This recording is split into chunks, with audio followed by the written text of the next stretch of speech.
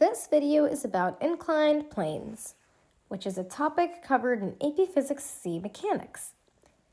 Oftentimes, you will see problems where an object is sliding down an inclined plane, and it is critical to be able to label the forces acting on an object on an inclined plane.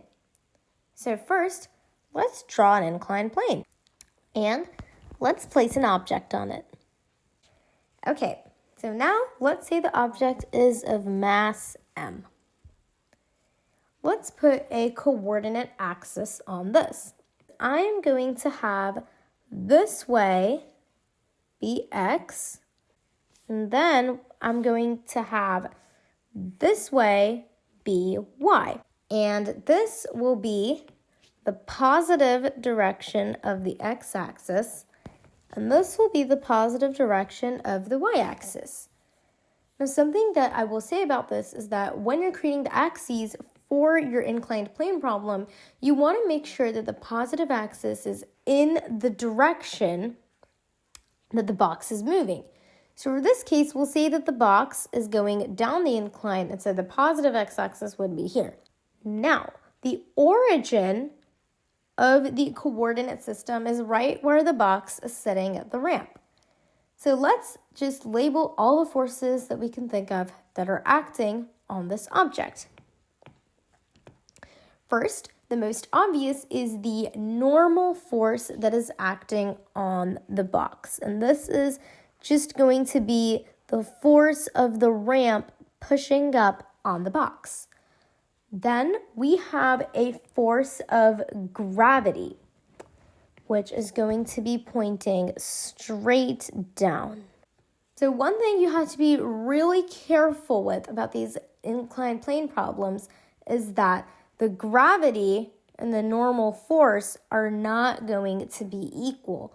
Now, there's a rule about gravity having to go straight down, but there is no rule about normal force having to go straight up. So normal force is always perpendicular to the surface. Now, if that surface is tilted, the normal force cannot equal gravity because gravity is always straight down. So what we're basically doing here is we are making a free body diagram of the inclined plane situation. Our next step is to resolve the forces that we have here into components. Here, gravity can be resolved into an x and y component. And let's see how to go about that. So let's begin by saying that this incline is going to be angle theta, right? And this being a right angle triangle, we can say that the angle over here, we can say that that angle is going to be 90 minus theta. Right, and now the angle between the y-axis and the gravitational force, so this angle over here is going to be complementary to 90 minus theta. So then that is equal to theta. Now we know by formula that Fg equals mg. And so the component opposite to theta, so this component over here is going to be mg sine theta. And then the component adjacent to theta is going to be mg cosine theta. Now, let's apply Newton's second law on these forces. So, in the y direction, we have normal force minus mg cosine theta. So this is what we've got in the y direction.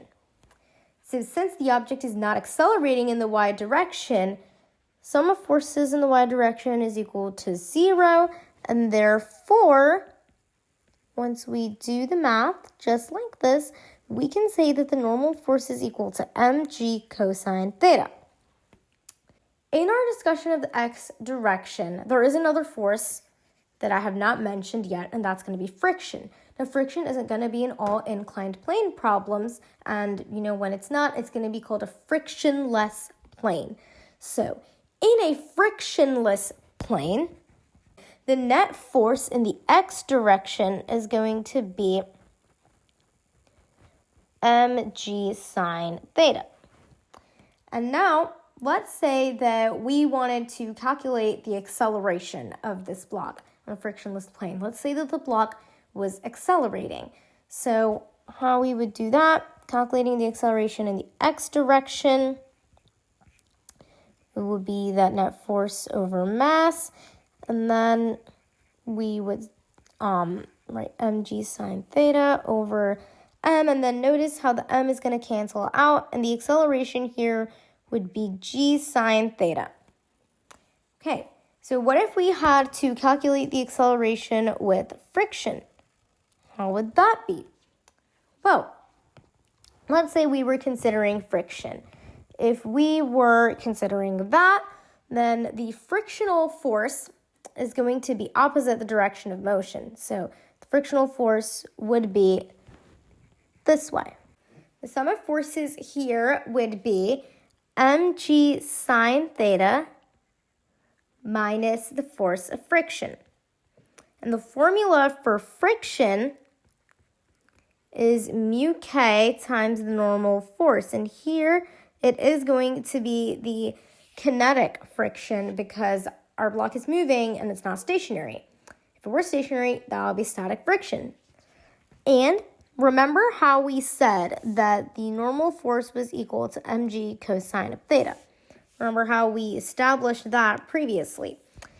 And we are going to calculate the acceleration in the x direction of a box moving down a inclined plane with friction. Now what we're going to do is we're going to substitute the friction formula.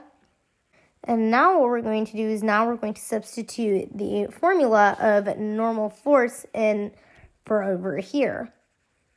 And something important to know here is that you don't need to know the mass of the object in order to find its acceleration on an inclined plane. So many problems, they're not going to give you the mass of the object, but you shouldn't worry about that in calculating acceleration because the mass anyway cancels out. That's all for this video. Thank you for watching and good luck studying.